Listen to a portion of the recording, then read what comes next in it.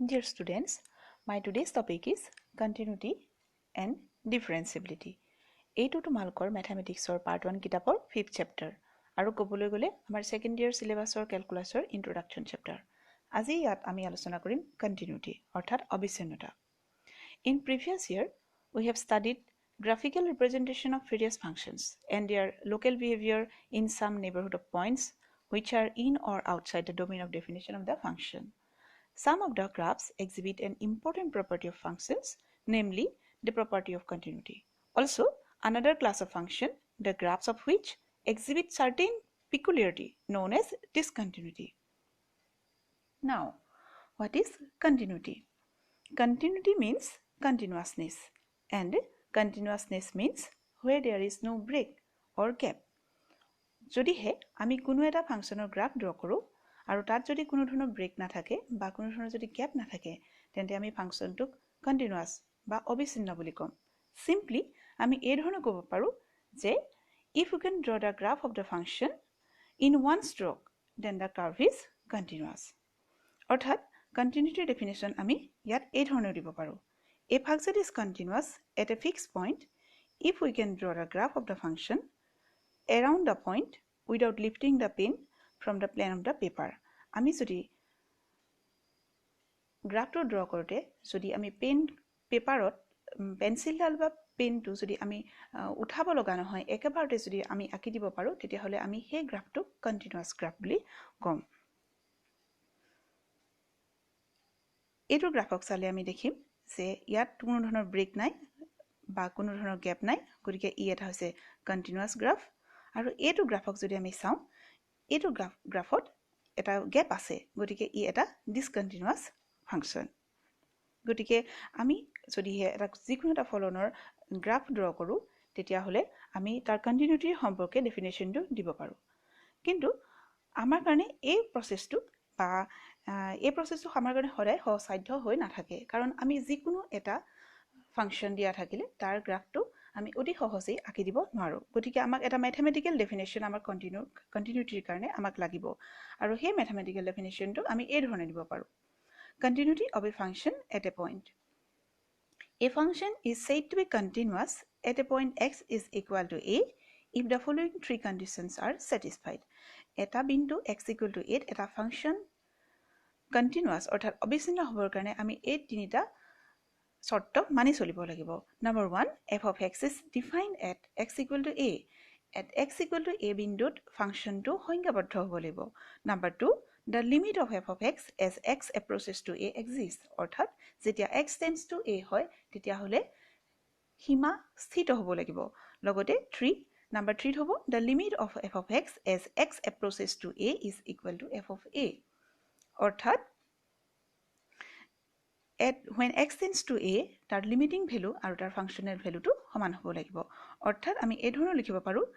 limit x tends to a negative f of x is equal to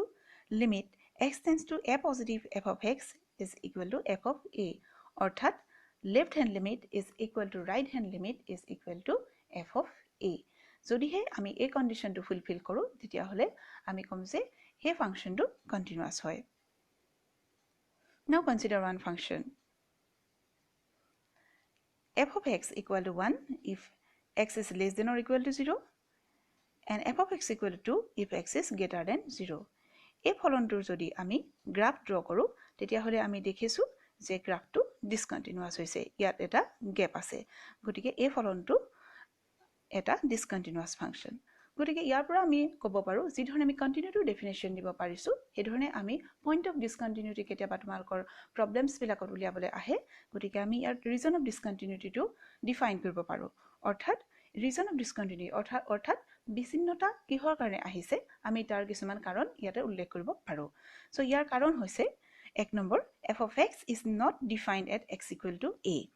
যদিহে x equal to a বিন্দুত ফাংশনটো সংজ্ঞাবদ্ধ নহয় তেতিয়া হলেও আমি কম যে ফাংশনটো ডিসকন্টিনিউয়াস অৰ্থাৎ বিচ্ছিন্ন ফলন number 2 limit x tends to a f of x does not exist যদিহে সীমাৰ মান যেতিয়া x approaches to a আমি যদি ফাংশনটোৰ সীমাৰ মান নাপাও অৰ্থাৎ সীমাৰ মান যদি স্থিত নহয় তেতিয়া হলো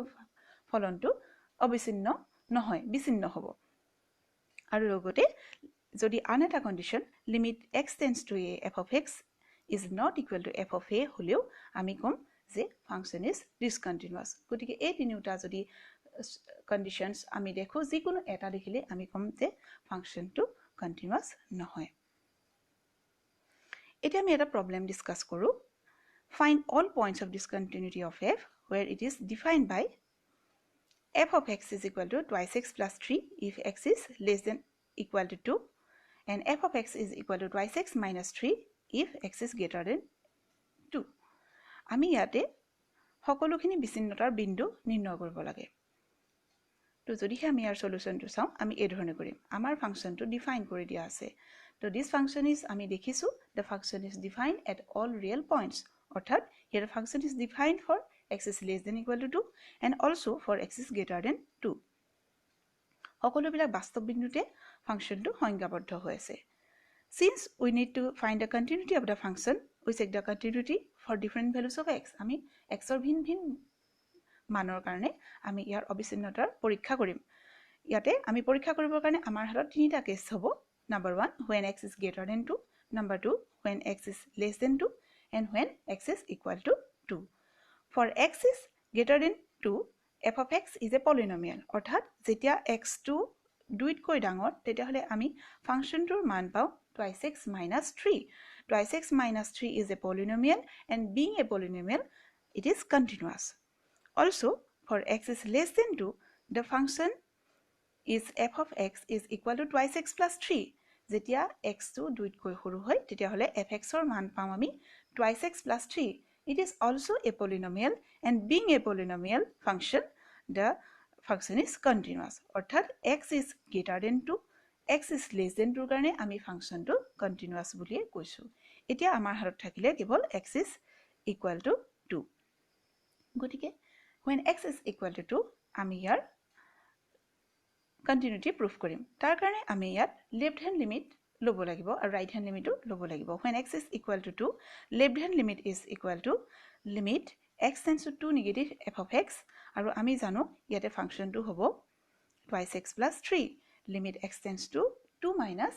2 negative twice x plus 3 আৰু ইয়াৰ ভ্যালুটো হ'ল 7 সেই ধৰণে যদি আমি ইয়াত right hand limitৰ ভ্যালুটো উলিয়াও তেতিয়া হলেও আমি ইয়াতে পাম